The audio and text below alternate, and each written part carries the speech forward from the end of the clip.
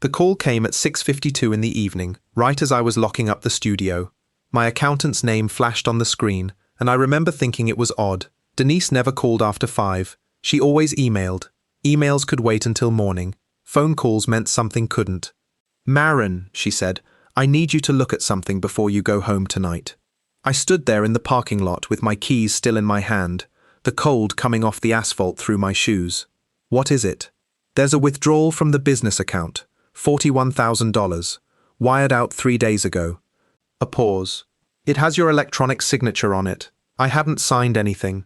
I want you to sit with that for a second, because I did." I stood in that empty parking lot for what felt like a full minute, running through every document I'd touched that week, every login, every approval. Nothing matched. And underneath the confusion, something colder was already starting to settle in, because there was only one other person with access to that account. My name is Maren Ashby. I'm 44 years old, and for the last 11 years I've run a boutique interior design firm out of a converted warehouse in the Arts District. Before that, I spent almost a decade freelancing, building a client list one referral at a time, saving every spare dollar, until I finally had enough to open a real studio with my own name on the lease. I built that business slowly, carefully, the way you build something you intend to keep. 3 years ago, I brought on a business partner. His name was Curtis Renner, and on paper it made perfect sense. He had the sales instincts I didn't, the charm that closed rooms I could only design them. I gave him 30% equity, full account access, and more trust than I'd given almost anyone outside my own family. We built something good together, or so I believed. Before I tell you what Curtis did, I need you to understand what he was taking from. I didn't inherit this business. I built it out of a one-bedroom apartment with a drafting table wedged between my bed and my kitchenette, taking on clients who paid me in installments because that's all they could afford, and I could afford to wait. I worked weekends for 6 years straight before I hired my first employee. When my mother got sick, I still made every client deadline, because I understood something early. Reputation is the only currency a small business actually has, and you can spend it exactly once. When I brought Curtis in, I wasn't just handing him a paycheck. I was handing him access to 11 years of relationships. Clients who trusted me because I'd never once given them a reason not to. Vendors who extended us credit because my name meant something. I introduced him to every one of them personally. I vouched for him at every dinner, every walkthrough, every closing, and for a while it worked beautifully. Revenue climbed 30% in our first 18 months together. Curtis had a gift for making people feel like the only person in the room, and clients loved him for it. I told myself I'd finally found the missing piece, someone who could do what I couldn't, so the business could become what I always knew it was capable of being. I trusted him with the books. I trusted him with the passwords. I trusted him, eventually, with almost everything except the one thing that turned out to matter most, the truth about what he was doing with all of it. Denise sent me the wire documentation that night, and I read it 4 times at my kitchen table before I let myself believe what I was looking at. $41,000, transferred to an account under the name Renner Consulting Group LLC, a company I had never heard of, registered, I would later learn, 6 weeks earlier. The digital signature, authorizing the transfer, bore my name, my initials, a scanned approval that looked, at a glance, exactly like mine, except I had never signed it. I don't use a scanned signature. I sign everything by hand, in blue ink, the way my father taught me when I was 17 and opened my first checking account. I called nobody that night. I didn't confront him. I sat with my laptop open until almost 2 in the morning, pulling every statement I could access, cross-referencing every transfer against every invoice, and what I found wasn't one withdrawal. It was 6 of them, spread across 4 months, totaling just under $190,000, each one dressed up as a legitimate vendor payment, each one small enough to slide past a casual glance at the monthly summary. I want to be honest about what I felt in that moment, because it wasn't rage, not yet. It was something closer to grief, the specific, hollow grief of realizing that a person you built something with was, this entire time, quietly building something against you. I closed the laptop around 2:30, and I made a decision that would define the next 4 months of my life. I wasn't going to say a word. Here's what nobody tells you about betrayal. The hardest part isn't discovering it.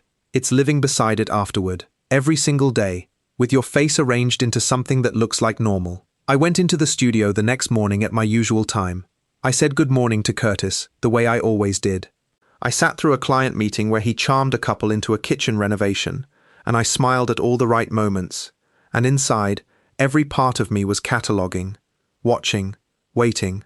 I opened a separate email account he didn't know existed. I began forwarding every financial document to myself before he could touch it. I started keeping a private log, dates, amounts, screenshots, time-stamped and backed up in 3 places, and I began paying much closer attention to the small things I'd let slide for months. The client calls he took outside the office, the new watch, the way he'd started mentioning a side project whenever he thought I wasn't fully listening. 3 weeks into my silence, Curtis handed me the evidence I needed without even realizing it. He asked me to sign off on a new vendor agreement. Renner Consulting Group, the very entity I'd already traced the missing money to, dressed up as a marketing subcontractor. He slid it across my desk with that easy smile of his, already certain I'd sign without reading closely, because I always had before. I read every line. I asked 2 clarifying questions, calm and businesslike, and I told him I'd review it and get back to him. Inside, everything had gone very quiet and very still. I called my attorney the following Monday. Her name is Priscilla Odom, and I'd used her years earlier to draft our original partnership agreement, the same agreement, it turned out, that gave me grounds I didn't even know I had. He breached his fiduciary duty the moment he diverted company funds to an entity he controls, she told me, sliding a legal pad across her desk. But we don't move on suspicion, we move on documentation. Show me everything. So I did. Every wire transfer, every forged signature, every invoice from a vendor that, on closer inspection, had never actually done work for us. Priscilla brought in a forensic accountant named Terence Voss, and over the following 6 weeks, the 2 of them built a paper trail so complete it practically prosecuted itself. The shell company's registration date, its single bank account, the pattern of withdrawals that always landed 3 days after a major client payment cleared. And I know how that sounds. Clinical, almost cold, like I'd stopped feeling anything at all. I hadn't. I'd simply learned, over 11 years of running a business, that feelings don't win cases. Documentation does. Curtis, meanwhile, had no idea. He kept coming to work every day, still charming, still confident, still spending money that wasn't his on a boat he'd started test driving on weekends. Arrogance, I was learning, is the one thing greed can never quite hide. The plan had 3 parts, and each one sealed off an exit before he knew it existed. First, Priscilla quietly filed to freeze the shell company's account, citing documented fraud, done before Curtis could move what remained of the missing funds anywhere else. Second, I contacted our bank's fraud division directly, submitting the forged signature for verification, which triggered their own internal investigation, independent of anything I was doing. And third, I began, carefully, without his knowledge, reaching out to our 3 largest clients under the guise of a routine account review, quietly confirming which invoices they'd actually approved and which ones had simply appeared on their statements with Curtis's name attached. There was one afternoon, about 5 weeks in, when I thought it might all unravel. Curtis walked into my office, holding a printed bank notification about the frozen account, his face unreadable, in a way I hadn't seen before. Bank's being weird about the Renner Consulting account, he said. Probably a glitch. Probably, I said, and went back to my screen, my pulse loud enough that I was certain he could hear it across the room. He believed me, he always had. I scheduled the confrontation for a Thursday morning in a conference room at Priscilla's office, under the pretense of reviewing quarterly financials. Curtis walked in wearing the same easy confidence he always wore, coffee in hand, and sat down across from me, Priscilla, and Terence without a flicker of concern. That confidence lasted about 4 minutes. Terence laid out the timeline first. 6 transfers, 1 shell company, 1 bank account, traced directly to Curtis's personal address. Priscilla followed with the forged signature report from the bank's own fraud division, confirming what I already knew. I said very little. I didn't need to. I'd learned that the strongest thing in that room wasn't my voice, it was my silence, and the folder of evidence in front of me that Curtis had never once suspected existed. "This isn't what it looks like," he said finally, his voice thinner than I'd ever heard it. "It's exactly what it looks like," I said. "I'd just like to hear you try to explain the shell company registered in your name, 6 weeks before the first withdrawal." He tried 3 different explanations in the span of 10 minutes. A loan he intended to repay, a misunderstanding with a subcontractor, a miscommunication about invoicing. Each one collapsed under a single follow-up question. because I had anticipated every version of this conversation for weeks, lying awake rehearsing it the way you rehearse an argument you never actually want to have. I trusted you with 11 years of my life's work, I told him, and that was the only sentence in the entire meeting that wasn't strategy. That one was just true. Curtis was removed from the partnership within a week, his equity clawed back under the fraud provisions Priscilla had built into our original agreement, provisions he'd signed himself, years earlier, never imagining he'd be the one triggering them. The bank's fraud division opened a formal criminal referral.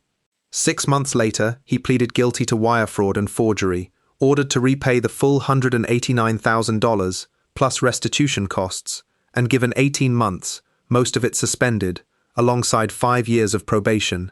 His name doesn't open doors in this city anymore. 2 of our old vendors told me, unprompted, that they'd never work with him again. The boat got repossessed before the school year ended.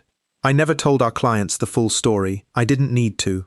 Quiet professionalism does more damage to a reputation like his than any public accusation ever could.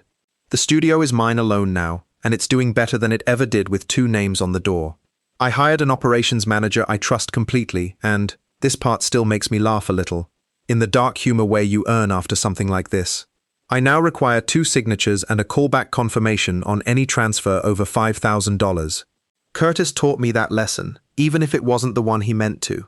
I think about that night in the parking lot sometimes, the cold coming up through my shoes, the moment before I knew anything for certain. I've come to believe that betrayal rarely announces itself loudly.